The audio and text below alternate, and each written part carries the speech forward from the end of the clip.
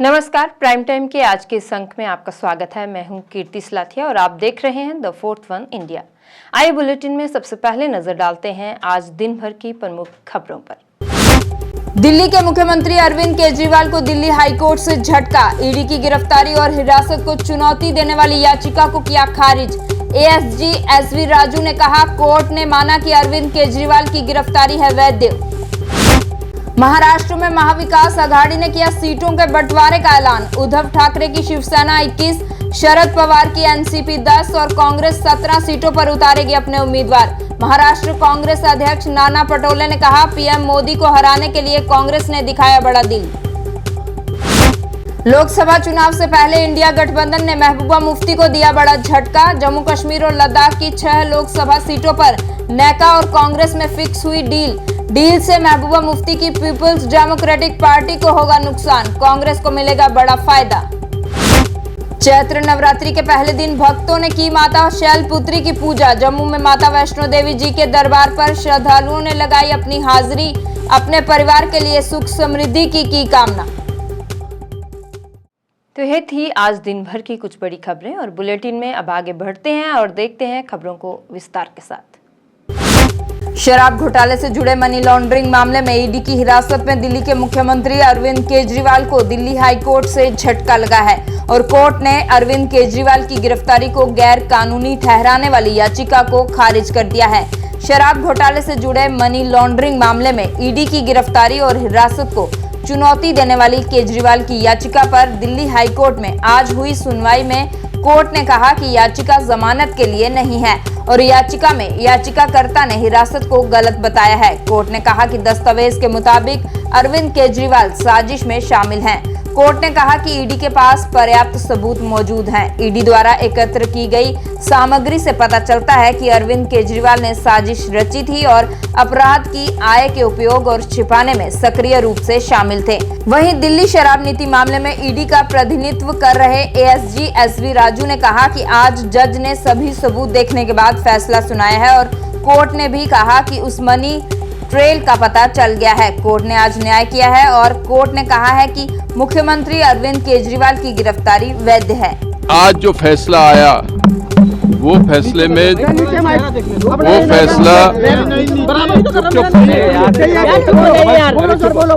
वो फैसला जज ने बहुत मेहनत के बाद, सारा एविडेंस देखने के बाद, केस फाइल देखने के बाद, सारी जांच करने के बाद जजमेंट दिया है और न्याय किया है।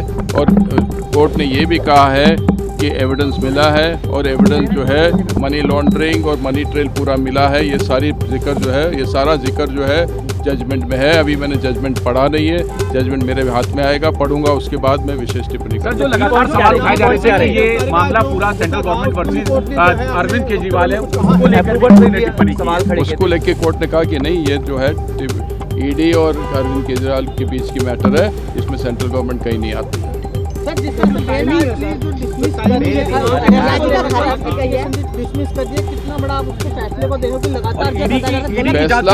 फैसला बड़ा छोटा नहीं होता है, फैसले से न्याय होता है। अरेस्ट गलत बताया जा रहा था सर, उसको लेकर ईडी केजरीवाल ने कहा कि अरेस्ट गलत है। कोर्ट ने उसकी जो दलील है, उसकी जो बहस है वो खारिज कर दी, बोले अरेस्ट लीगल है।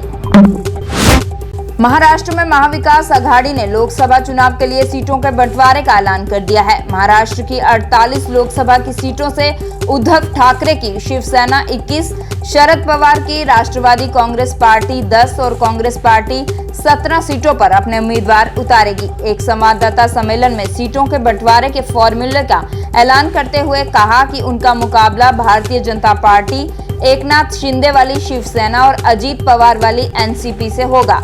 आपको बता दें कि महाराष्ट्र में 19 अप्रैल से 20 मई के बीच 5 चरणों में लोकसभा चुनाव होने हैं। इस अवसर पर महाराष्ट्र कांग्रेस के अध्यक्ष नाना पटोले ने कहा कि उनकी पार्टी ने पीएम मोदी और भाजपा को हराने के लक्ष्य को हासिल करने के लिए बड़ा दिल दिखाने का फैसला किया है। महाविकास आघाडी म्हणून महाराष्ट्रातून भाजपचं पानिपत करणं, त्याला सत्तेच्या बाहेर काढणं आणि राज्याच्या जनतेला, म्हणजे आज राज्यातलं जे सरकार आहे भ्रष्टाचारी सरकार आहे, केंद्रातलं सरकार हे भ्रष्टाचारी सरकार आहे, झुटो गया सरकार असं व्याख्या दिली।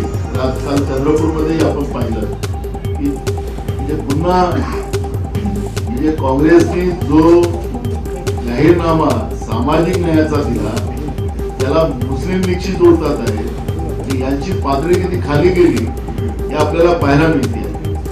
जनगणना हा या देशातल्या प्रत्येक बहुजनांचा शोषित पीडितांचा तो अधिकार आहे.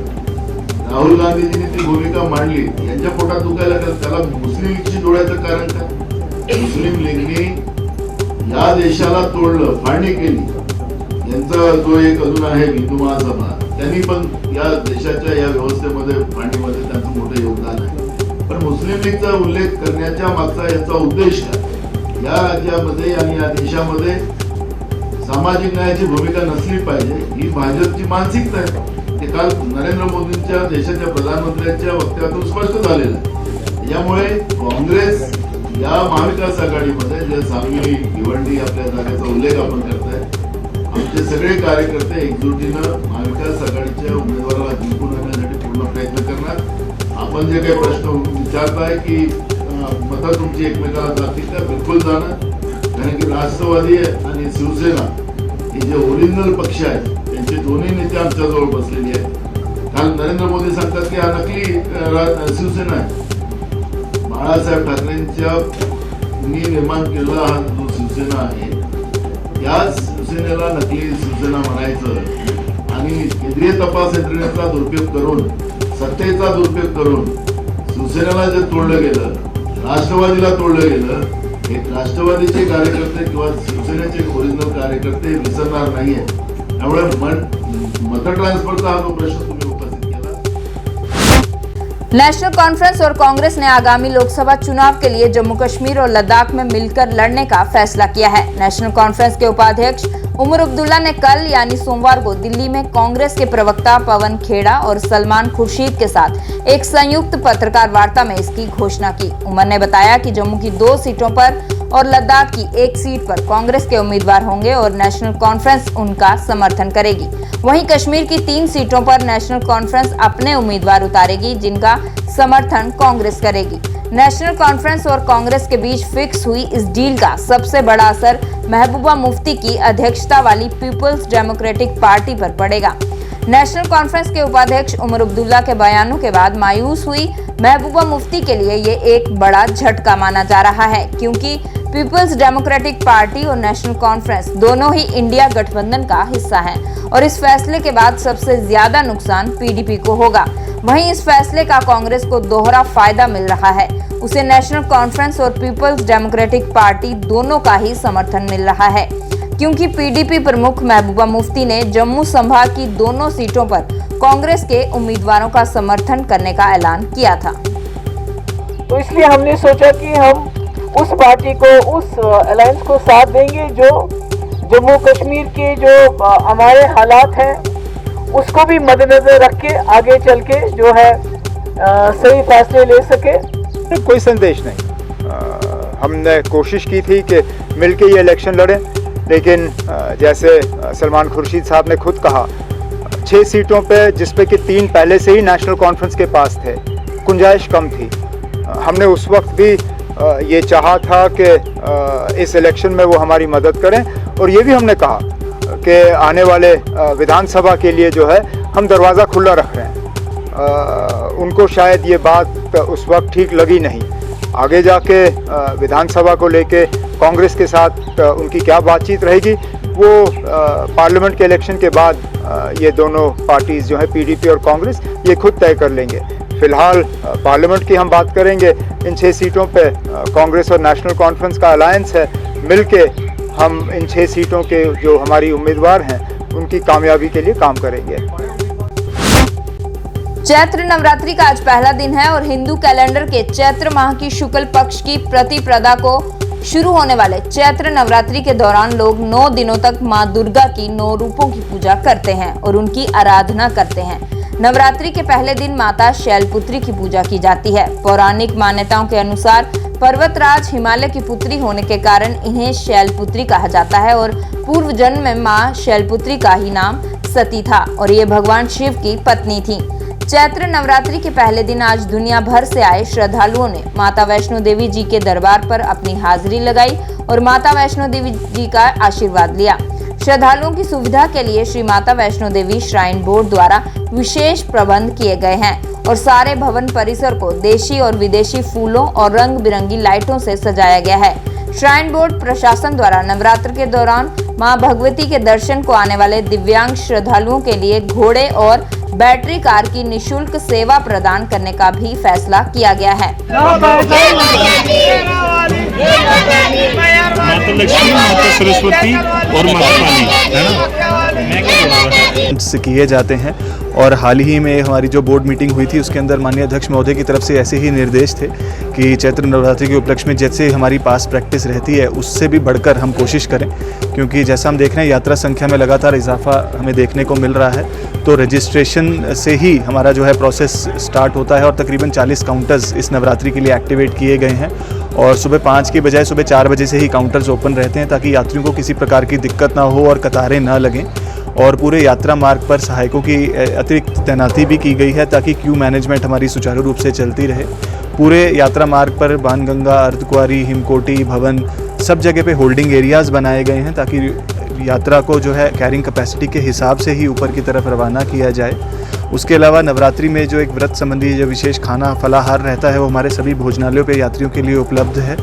और भवन पर भी जो है विशेष डेकोरेशंस या अरेंजमेंट्स जैसा आप देख पा रहे हैं जो देश विदेश से फूल रहते हैं और जो लाइटिंग रहती है।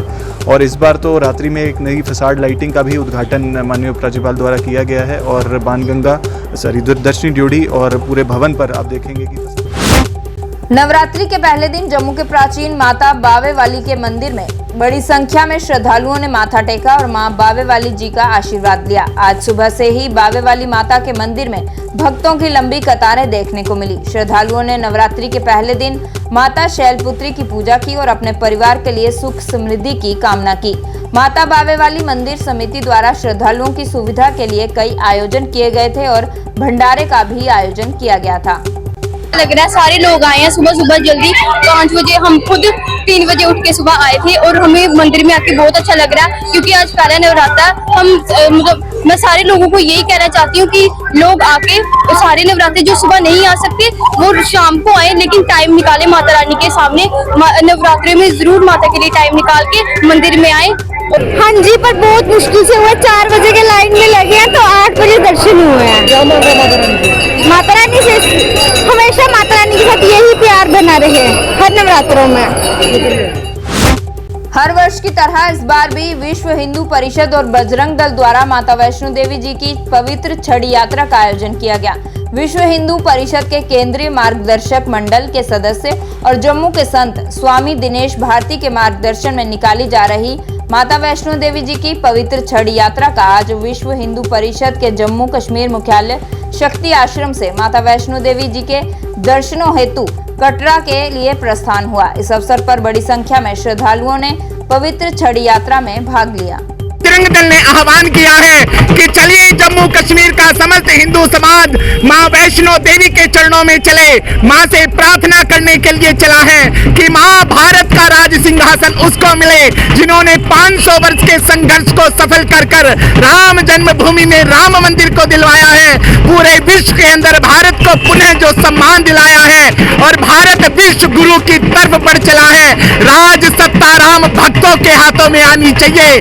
इसलिए देखिए, हर वर्ष की भांति विश्व हिंदू परिषद बजरंग दल द्वारा हमारे तपोमूर्ति स्वामी दिनेश भारती जी जो हमारे विश्व हिंदू परिषद के केंद्रीय मार्गदर्शक है, उनके नेतृत्व में बजरंग दल द्वारा ये छड़ी यात्रा का आयोजन किया जाता है। आप देख सकते हैं इस बार हिंदू नव वर्ष की मैं आपके चैनल के माध्यम से सभी को शुभकामनाएं देता हूँ। और आप देख सकते हो कि स्वामी जी के नेतृत्व में बजरंग दल के आह्वान पर हजारों की संख्या में विश्व हिंदू परिषद बजरंग दल के कार्यकर्ता माता वैष्णो के दरबार में नतमस्तक होने के लिए जा रहे हैं। पाकिस्तान में भारत में मोस्ट वांटेड आतंकियों की हो रही टारगेट किलिंग में भारत का हाथ होने के आरोपों पर अमेरिका की प्रतिक्रिया सामने आई है।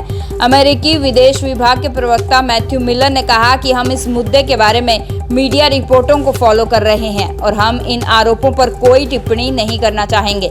मैथ्यू मिलर ने कहा कि हम इस स्थिति के बीच में नहीं आने वाले हैं, लेकिन हम दोनों पक्षों को तनाव से बचने और बातचीत के माध्यम से समाधान खोजने के लिए प्रोत्साहित करते हैं। आपको बता दें कि ब्रिटिश अखबार द गार्जियन की रिपोर्ट में दावा किया गया है कि भारत की खुफिया एजेंसी रॉ पाकिस्तान में हुए टारगेट किलिंग्स में शामिल रही है। भारतीय सेना ने कश्मीर में स्थानीय लोगों के साथ सद्भाव बढ़ाने की दशकों पुरानी परंपरा को बरकरार रखते हुए उत्तरी कश्मीर के बांदीपुरा जिले की गुरेज घाटी में नियंत्रण रेखा के पास बागतौर गांव में इफ्तार पार्टी का आयोजन किया। नियंत्रण रेखा पर तैनात भारतीय सेना की राणा बटालियन द्वारा आयोजित की गई इफ्तार पार्टी में बागतौर गांव के वरिष्ठ नागरिकों, युवाओं सहित कई ग्रामीणों ने भाग लिया। इस अवसर पर स्थानीय लोगों ने भारतीय सेना के इस कदम की सराहना की और स्थानीय लोगों के लिए सेना द्वारा किए जा रहे कार्यों के लिए सेना को धन्यवाद किया।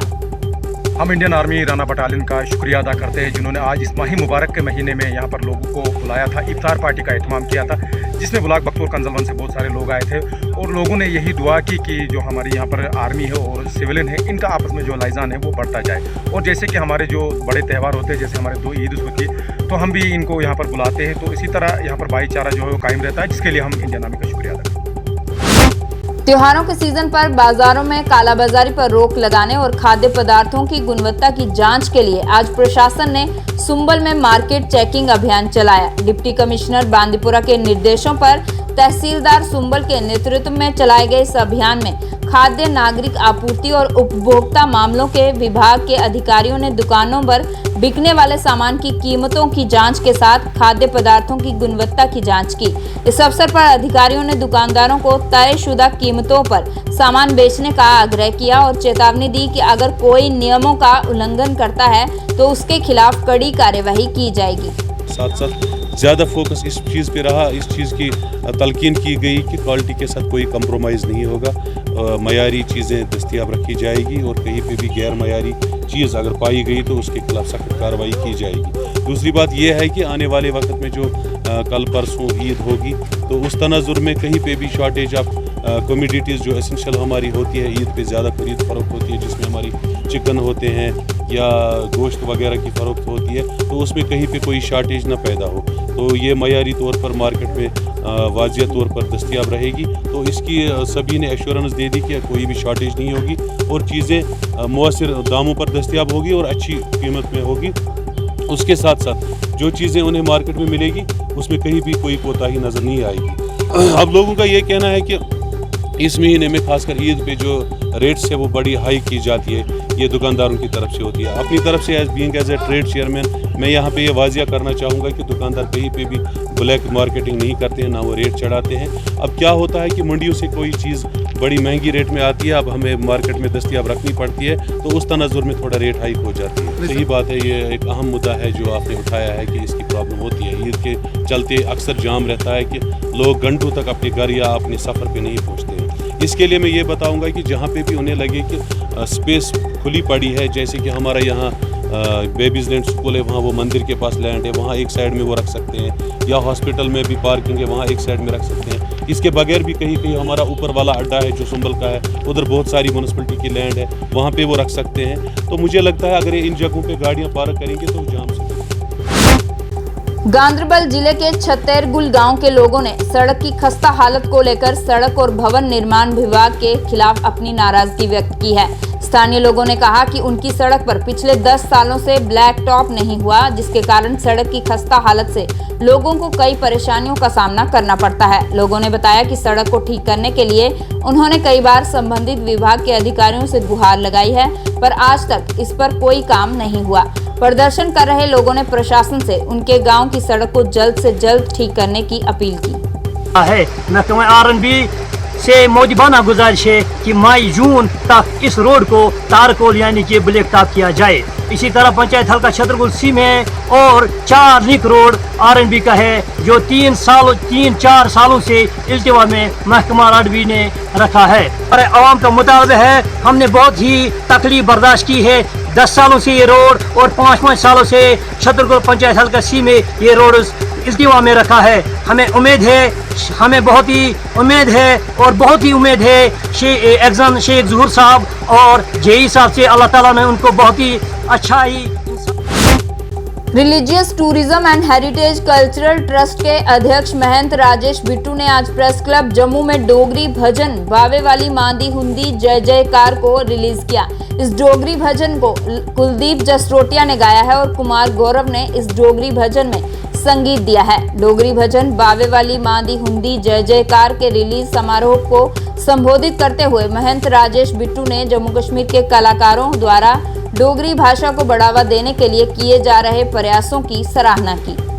विषय कुलदीप जसरोटिया जी जिन्होंने एक एल्बम पिछली बार भी निकाली थी और एक और प्रयास और माँ बावे वाली को समर्पित एक और भेंट बावे वाली माँ दी होती जय जयकार नाम से एक भजन जो रिलीज करने का मुझे सौभाग्य हो रहा है। मुझे ये भी सुनाते हुए हर्ष हो रहा है कि जसरोटिया जी एक बहुत अच्छे कलाकार हैं और मैं समझता हूं कि इन्होंने जो पिछले भेंट जो निकाली थी उसको भी लोगों ने सराहा था। मैं आपसे भी निवेदन करना चाहता हूं कि इसको इतना शेयर किया जाए ताकि ये घर घर तक पहुंचे।